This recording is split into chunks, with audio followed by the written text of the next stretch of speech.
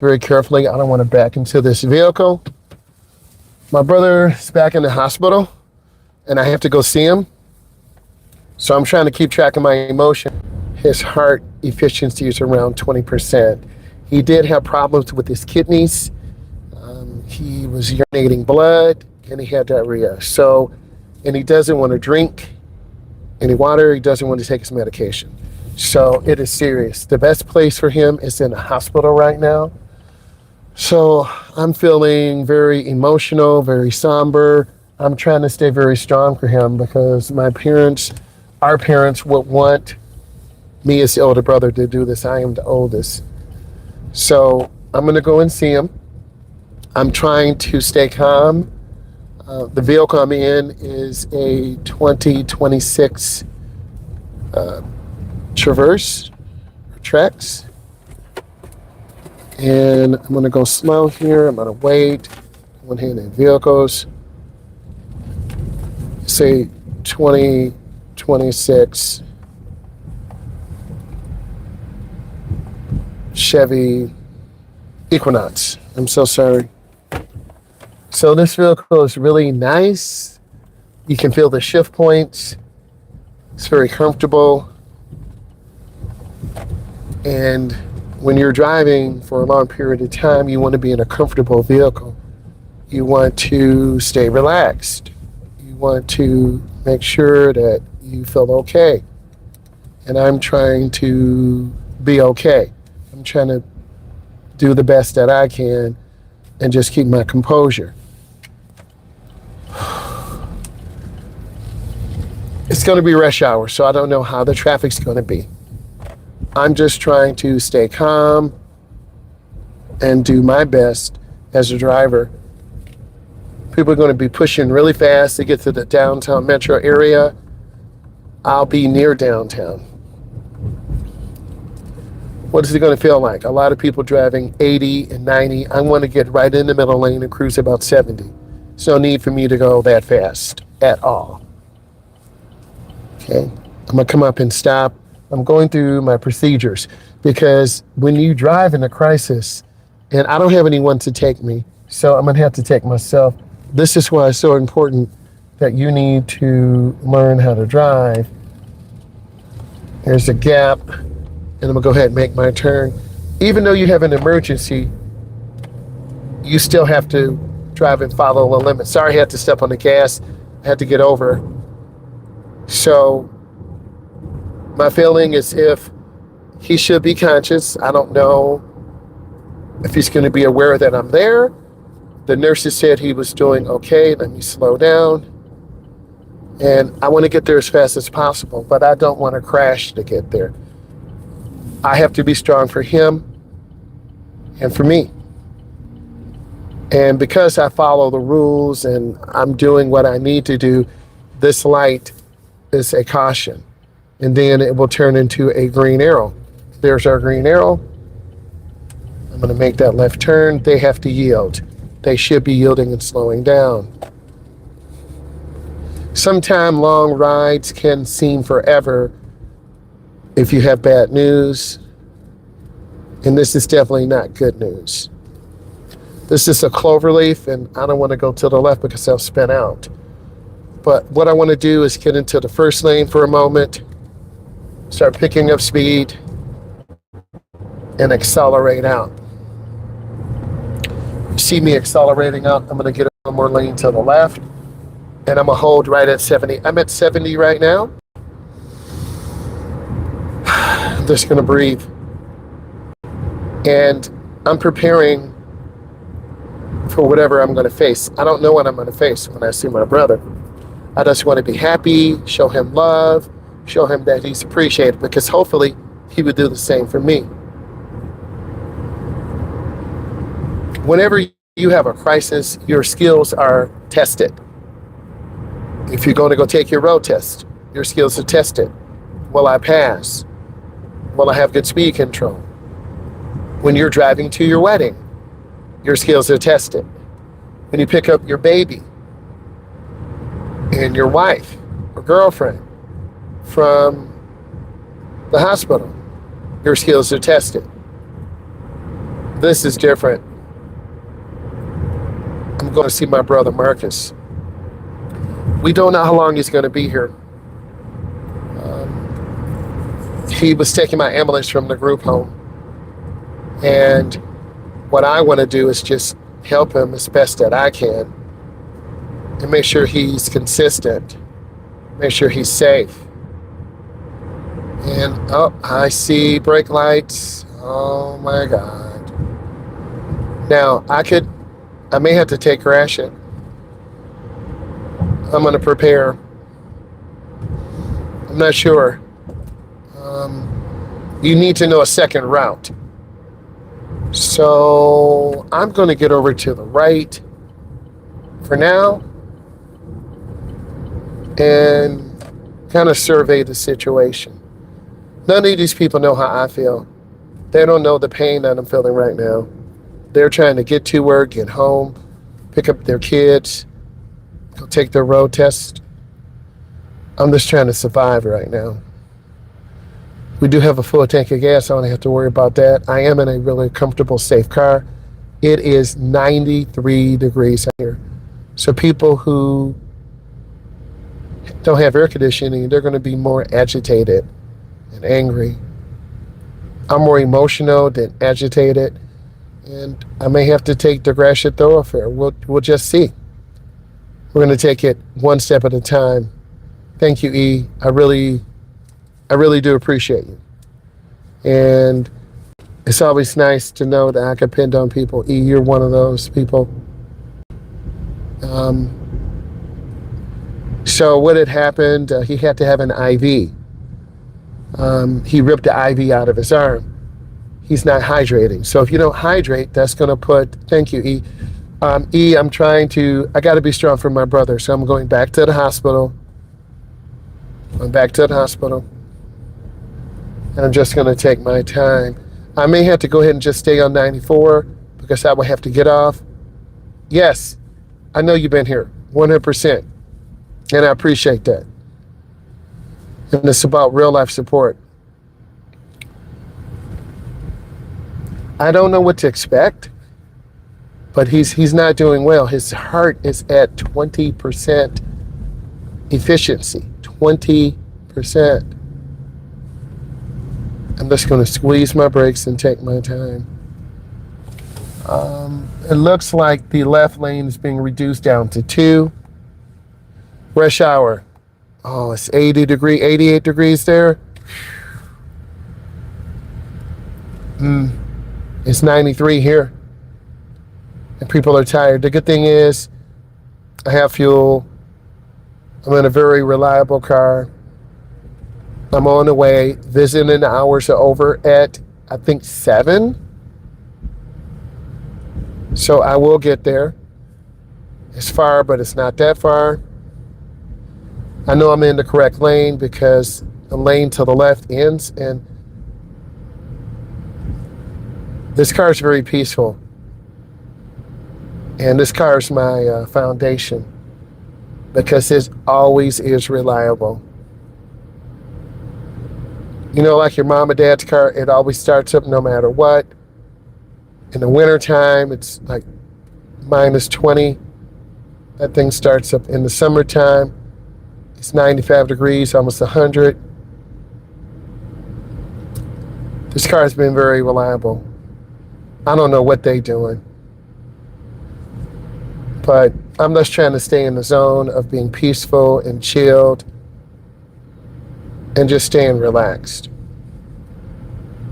That's what I really want to do. It's just be peaceful and relax. I think I made the right decision by staying on the expressway. I'm at about 30 miles an hour. If workers are present, it's 45. If not, it's 60. After construction, it goes back to 70 miles an hour. So instead of panicking, I think I'm going to stay on the expressway. Sometime when you have really bad news, you think about how you're going to act, what you're going to say. Am I going to cry? Are they going to scream at me? Am I going to feel pain? I know I want to be sad. But my brother's going to look at me, and he knows that I'm there. He still knows. That's the good thing. Looks like the speed is picking up a little bit. We're about 60. And that's the max in this zone that they're merging on. I don't want to panic.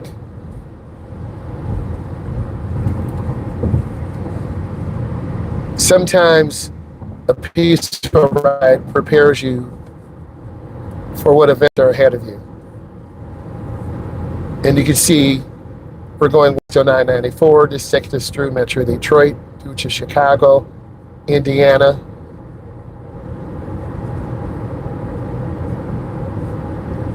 This is through for the next 5 or 6 miles.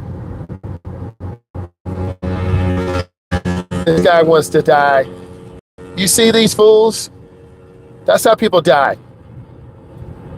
I have no love. No love at all. He must want to die. But that's how people throw their lives away, just like they're garbage. If I had a motorcycle, I would never do that. I would have my leather on. I would have my helmet on. If he spills, done. I don't feel any emotion toward that at all right now, because my heart's with my brother. It just takes one person to not see them, and then they're done. I don't get that, man. I really don't. But I'm going to stay about 70. I don't wish ill intent on anyone. I wish the best for you. I wish the best for all people going through a crisis right now. And it really helps to talk. And it helps to be prepared. The doctors, I talked to the doctors yesterday. There were 2 female doctors sitting there. They're trying to get his electrolyte balance right. He was spitting on his medication. And you know, if you don't take your medication, you know what's going to happen. He won't be here long. He's got high blood pressure, cholesterol. He's got congestive heart failure. He had open heart surgery when he was 3. I'm going to get over one lane. You can tell the way I'm driving, my timing's a little bit off. Stupid person on that bike again. But I owe it to myself and to my brother to make it there safely in one piece. Because at the end of the day, all we have is our families. Your mom, your dad, your sister, your brother. And it's really hard because you never know when your last day is going to be. Will I be at home? Will I be at work? Will I be around strangers? And also, they have, and the doctors told me, because his heart is so weak, if he goes into coronary, if his heart stops, they're not going to resuscitate him because his heart is so weak. That hit me today. That's real. That's real. So that could, because your heart is a muscle, okay? Your heart is a muscle. And he didn't take care of his heart when he was younger. He did not. He did not take care of his heart. He did not take care of himself. It's a lot of sun out here. Yep, it's really bright. So that became real to me, because if your heart stops, they'll have to shock it back into beating again. And by his organs slowly shutting down, he won't be around here long. So I'm going to try to see him as much as I can.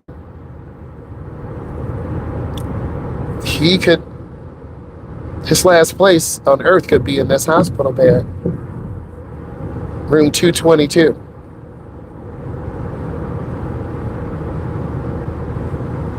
I'm trying not to fall apart, right? I'm trying to keep it going, keep it together.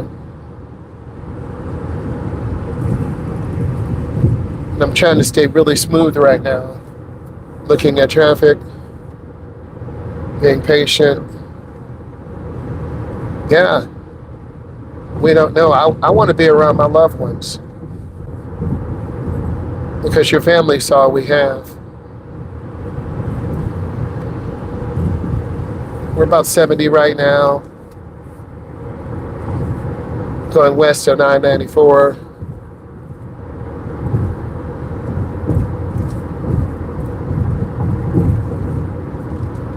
I'm trying to think of the good times, because my brother and I had a lot of good times, laughing, snowball fights, going skating, going to the mall, driving around.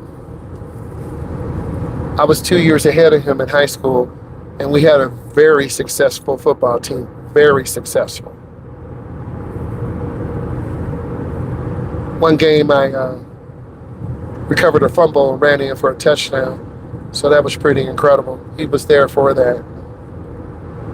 Then he came up for one of my college games too, but then his car broke down on the way back home.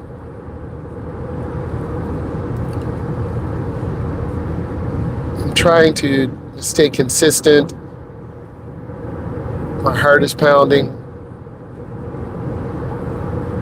I just want to see how he's really doing. He could be in restraints because a lot of people who aren't right in their mind, they want to leave. And I can tell when the doctors called, they were very loving and caring, and that's really important. And you want a doctor who's loving and caring, because that's why you go into that field, to help people extend their life.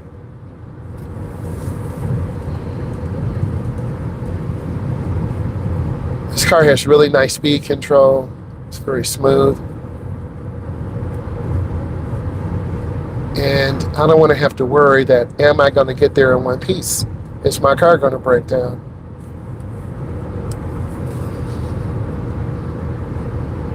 A lot of us take our health and welfare for granted. I'm lifting my foot a little bit. There's a black car behind me tailgating me. You need to leave me alone right now. I'm not in a good mental state. Don't you understand that? But people only thinking about themselves. It's a car that was tailgating me. And they're flying. I care, but also when people just do reckless things, you're like, your stupidity is messing me up. And I try to stay out of the way of the other drivers. Try to have good speed control. Like, I'm very content in this middle lane right now. I don't need to go to the left and do 80 or 90. I don't need to get a ticket. The officer's not going to hear my excuse. Well, I'm going to go see my brother. He has congestive heart failure. Sir, tell it to the judge. I'm just being real with you. Still at about 65. I'm perfectly content. This is peaceful. And I think all of you need to find peace, whether it's within yourself, at home, meditating, relaxing, driving. So sometimes these Masterclass videos, they're about peacefulness and mental health and welfare. Traffic is slowing down a little bit. I'm fine. There's that black Buick again. They got to slow down. Now, this car ahead of us is going a little too slow, and they're worrying me. That lady in the black car, she's tailgating. This car ahead of me is going too slow. Something is going on ahead around this curve. It could be police, could be something. But everyone is going really slow right now. And if you don't recognize this, you're going to end up rear-ending someone. Sometimes it takes more discipline when you're hurting emotionally inside Same thing when you're happy. If you got a new car, if you're not paying attention, you're going to smash your car. I've been on both sides most of the time.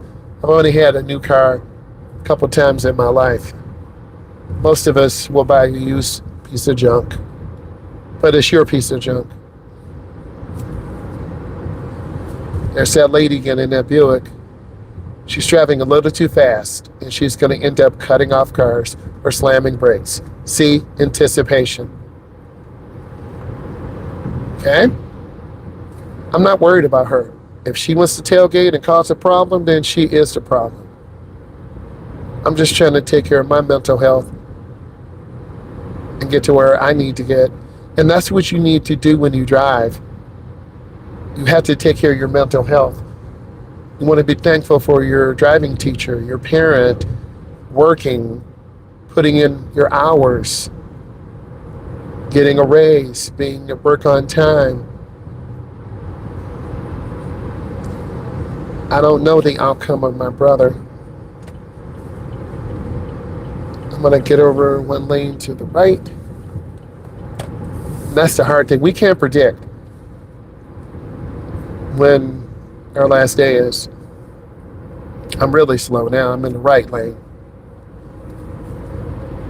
But this is peaceful.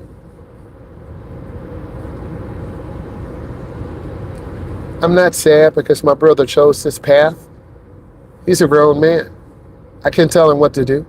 If he wants to do something or use something or act a certain way or have people who don't have his best interests in mind, that's him. It's hard going up this morass exit, man, I'm telling you. Just trying to be patient. Take my time.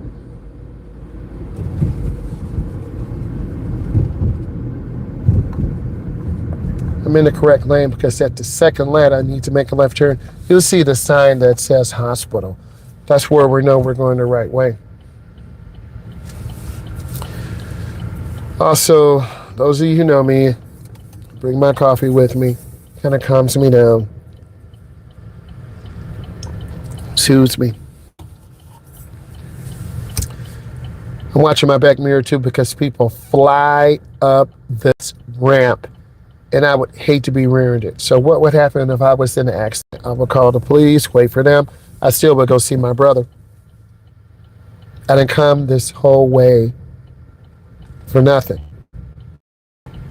You're right. We keep moving. Okay, it's real easy to go in the wrong lane. This is the correct lane. Hospital, blue and white guide sign. Got to go to the second lane. I want to hit this blue car. It's really easy to get confused here. They are driving stupid. Why? Any chance people just drive crazy? It's not that serious. So this area is 35 miles an hour. They don't care about how I'm feeling. Can't be going 70 or 80 through here or 60. It's not worth it. You see the pedestrians. And guess what? We're going to be at the same spot, the same time. It's not that serious.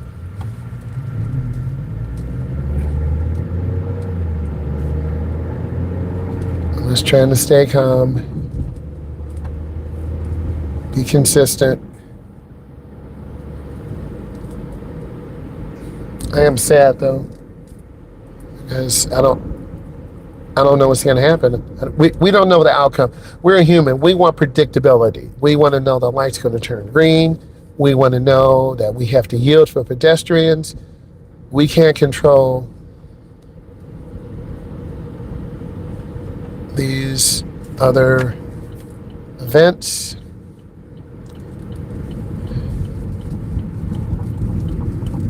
And I've got a green, complete left. Okay, I'm okay. You see, we at the hospital. And then I'm gonna make a left turn. I don't know what they're doing. come up here.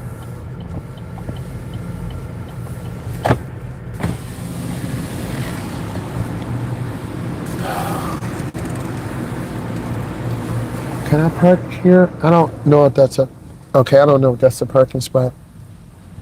This is definitely like a maze. Okay, I guess I'm gonna go right here. This is really tight. Oh man.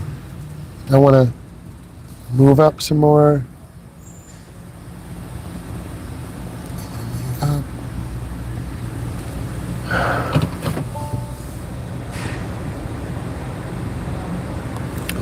E, thank you for the prayers. I need to just, I'm thinking about my brother, getting to him, being by his side, see if he's eating, see if he's drinking. He might turn over and just look at me. I might turn over, I might look at him. I just want to make sure he's okay. As I'm not in my right frame of mind. We're at the hospital. I want to show you this. This is the hospital. I'm trying to really just calm down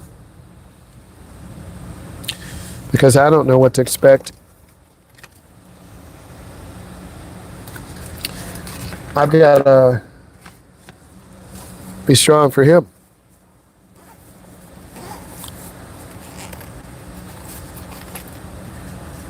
And pray for a better tomorrow. So I don't know.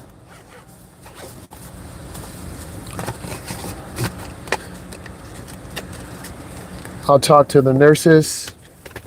Sorry, I'm just dropping everything. I'll talk to the nurses.